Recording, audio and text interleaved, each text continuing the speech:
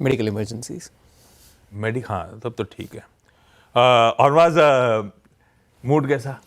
देखिए, मूड तो फिलहाल थोड़ा सा पस्त है और मूड को पस्त करने वाले भी जेरोम पावेल ही है। हालांकि उन्हें ये बयान देने ज़रूरी थे बिकॉज काफ़ी सारे स्पेकुलेशंस चल रहे थे इस बात को लेकर कि फेड जो है वो ब्याज दरें आउट ऑफ टर्न काट सकता है बाज़ार के सेंटिमेंट को थोड़ा सा ठीक करने के लिए। मगर जेरोम पावेल ने कल इस बारे में साफ साफ यही कह दिया कि हमारा ऐसा कोई इरादा नहीं है। और टैरिफ्स को लेकर भी उन्होंने काफ़ी सारे बयान दिए। कहा कि इन टैरिफ्स की वजह से महंगाई बढ़ सकती है, ग्रोथ में कमी आ सकती है। ये तो उन्होंने अपने पॉलिसी स्टेटमेंट में भी कहा था, मगर उन्होंने साथ साथ कल ये भी कहा कि अब शायद हमारे लिए एक धर्म संकट हो जाए कि हम किस चीज़ पर ज़्यादा ध्यान दें, या तो महंगाई काबू में लाए या तो ग्रोथ को सपोर्ट करे। दोनों चीज़ें साइड बाय साइड तो नहीं हो सकती, ये उन्होंने कहा। और उन्होंने ये भी कह दिया कि अब हम इस स्थिति में पहुंच चुके हैं कि हमें ज़्यादा क्लैरिटी की ज़रूरत होगी कि हम डेटा देखें और फिर हमारा पॉलिसी स्टांस डिसाइड करें, ना ही किसी के कहने पर कि आप ब्याज दरें काटिए तो हम काट देंगे।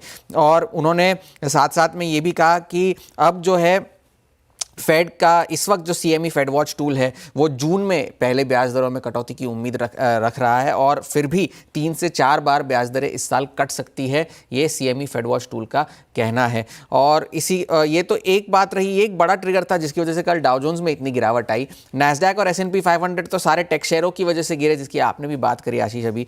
और एनवीडिया इसका सबसे बड़ा जिम्मेदार था, 7% की गिरावट एनवीडिया में देखने मिली, जो कल आफ्टर मार्केट में हुआ भी था और उतना ही रिफ्लेक्शन उसका जो है रेगुलर ट्रेडिंग में भी हुआ। मगर इस नैस्डैक की गिरावट की वजह से बाकी सारे चिप मेकर्स में भी गिरावट आई, जिसमें जो है AMD, माइक्रॉन, ASML के तो नतीजे खराब थे, उस वजह से उन सारे उसके शेयरों में भी 7% की गिरावट देखने मिली। तो इस वजह से नैस्डैक और S&P 500 दोनों में कल हमें दबाव देखने मिला। एनवीडिया के लिए मुश्किलें और इसलिए बढ़ सकती है क्योंकि न्यूयॉर्क टाइम्स के हवाले से खबर आई है कि डीप सीक जो जिसकी वजह से पहले US के बाजारों में काफ़ी गिरावट आई थी, उस पर ट्रंप एडमिनिस्ट्रेशन जो है कार्रवाई करने की सोच रहा है।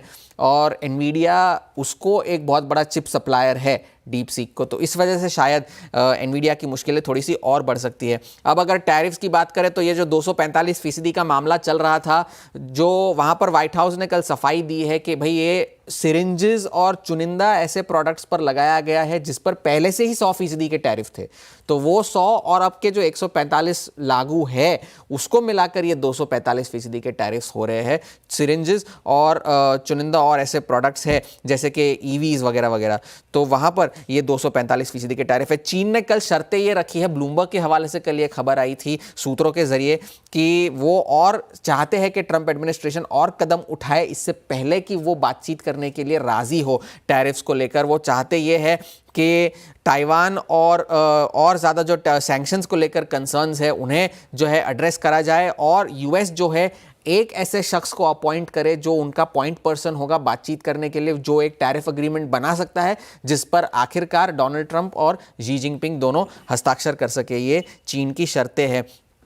अब जो है इस टैरिफ्स के फॉलआउट हमें देखने मिल रहे हैं, क्या क्या हो रहा है। एल्कोआ ने कल ये बयान दिया है कि उन्होंने कनेडियन जो इंपोर्ट्स आए हैं उनके, एल्कोआ जो है US का सबसे बड़ा एल्यूमिनियम उत्पादक है, उससे $20 मिलियन का उन्हें नुकसान हुआ है। फोर्ड ने ये चेतावनी दी है कि अगर ये टैरिफ बने रहे तो वो इस समर में जाकर के प्राइसेस जो है गाड़ियों के अपने दाम बढ़ाएंगे।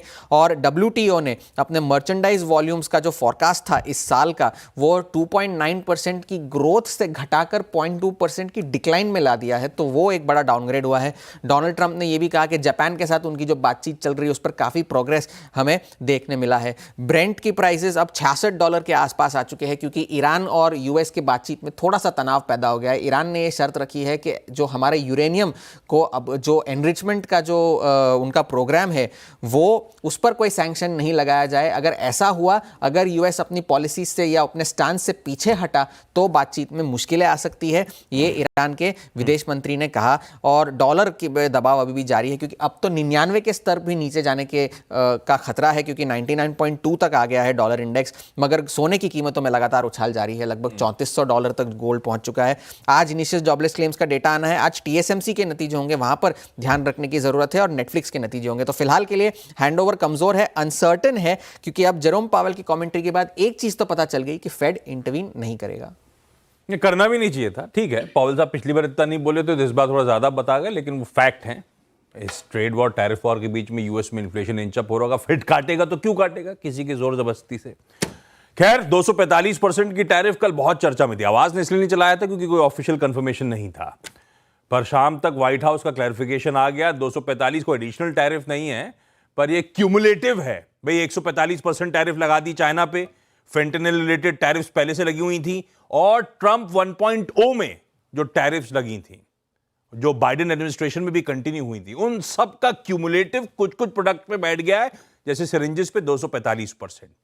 तो नया कुछ नहीं हुआ है, लेकिन उसका क्लैरिफिकेशन आता हुआ। तो 245 वाली बात सही है, जिसने भी रिपोर्ट करा गलत रिपोर्ट नहीं करा था, लेकिन एडिशनल टैरिफ्स नहीं है, ये क्लैरिफिकेशन व्हाइट हाउस की तरफ से। खैर